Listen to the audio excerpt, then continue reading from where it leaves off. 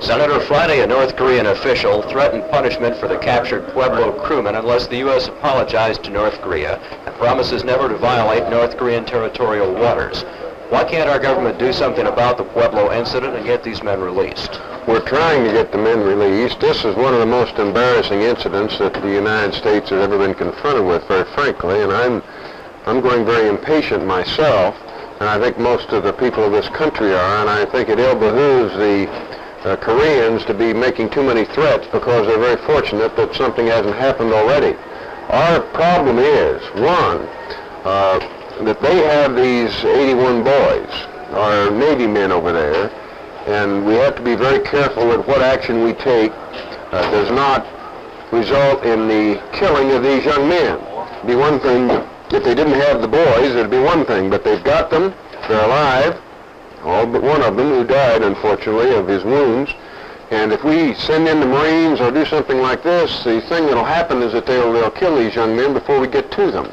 But we were not, let me repeat, in the North Korean waters. We not only know this ourselves, and I can't go into the details, but I know that they knew, the North Koreans knew that we were not in their waters at the time the Pueblo was attacked. And after we get those young men out of there, then we have to take some steps that I can think of that will keep this from happening again. We don't want any two-bit nation in the country or in the world to think that they can get away with this. Right now, we have to get the young men out of there first. Will the Senate confirm the appointment of Justice Fortas and Judge Thornberry?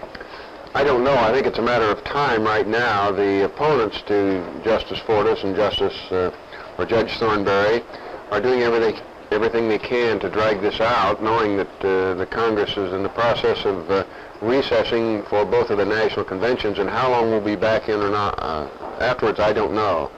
I think we still have more than two-thirds of the Senate that will support Justice Fortas and Thornberry. The irony of this whole thing is that some of the opponents who are now saying such nasty things about Justice Fortas didn't say a word when he was confirmed as a justice. And he doesn't have any greater vote as a Chief Justice than he does as a justice. And now, for some reason or other, this has become involved in politics and is really a controversy.